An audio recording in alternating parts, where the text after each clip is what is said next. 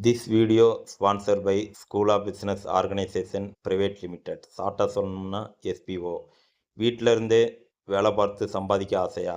உடனே ஸ்க்ரீனில் தெரிகிற நம்பருக்கு உங்களுடைய பெயரையும் படிப்பு தகுதியையும் சென்ட் பண்ணுங்கள்.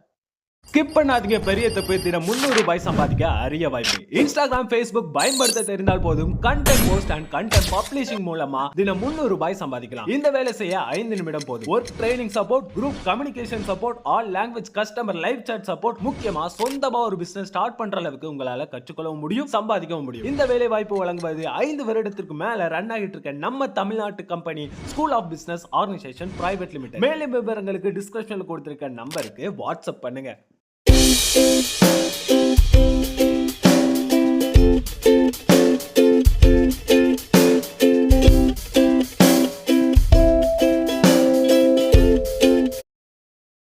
Hi friends, welcome to GSVVM Indians.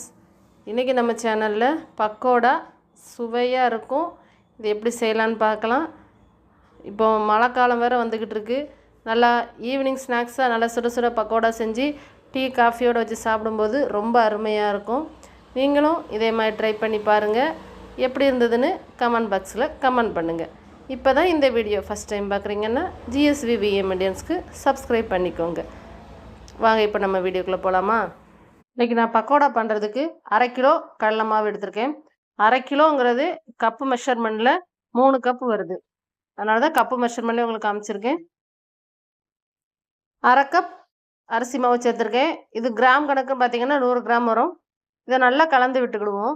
இது கூடவே தேவையான அளவு நம்ம உப்பு சேர்த்து அதையும் இதே மாதிரி நல்லா கலந்து விட்டுக்கலாம்.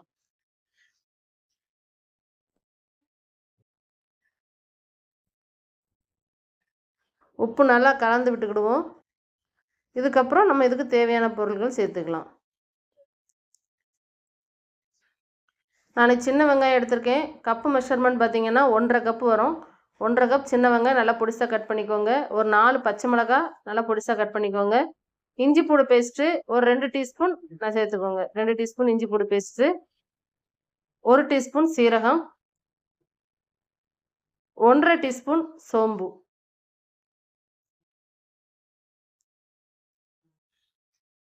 கால் டீஸ்பூன் பெருங்காயத்தூள், கருவேப்பிலை கொஞ்சம் கைப்பிடி, ஒரு கைப்பிடி சேர்த்துக்கோங்க.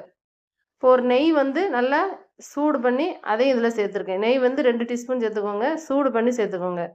சேர்த்துக்கிட்டு நல்லா ஒரு கரண்டி வச்சு ஃபஸ்ட்டு நல்லா கலந்து விட்டுடுவோம். ஏன்னா நெய் சூடாக இருக்கும். நல்லா எல்லா இடத்துலையும் இதை கலந்து விட்டதுக்கப்புறம் நம்ம அதுக்கப்புறம் கையை வச்சு கலந்து விட்டுக்கலாம். கையை வச்சு நல்லா எல்லா இடம் மிக்ஸ் ஆகணும். அந்த வெங்காயம் எல்லாமே, வெங்காயம் நல்லா எல்லா இடத்துலையும் படணும். இந்த பக்கோடாவுக்கு டேஸ்ட்டே வெங்காயமும் இஞ்சி பூடும் தான். அதனால் நிறைய சேர்த்துக்கிட்டாலும் பிரச்சனை இல்லை. இப்போ கொஞ்சம் கொஞ்சமாக தண்ணி சேர்த்து இதை நல்லா பிணைஞ்சிக்கலாம். எல்லா இடமும் ஈவனாக ஆகணும். நல்லா எடுத்து விட்டு கலந்துக்கோங்க.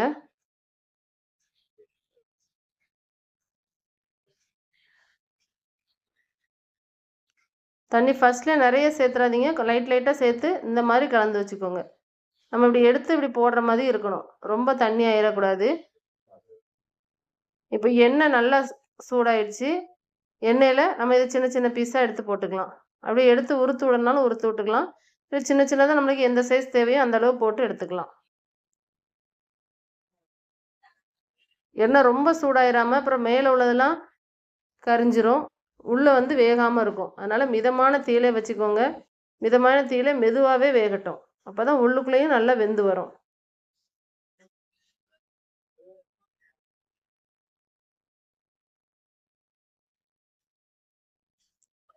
நல்லா ஒரு பக்கம் வெந்துருச்சு. 2வது பக்கம் மாற்றி போட்டுக்கலாம்.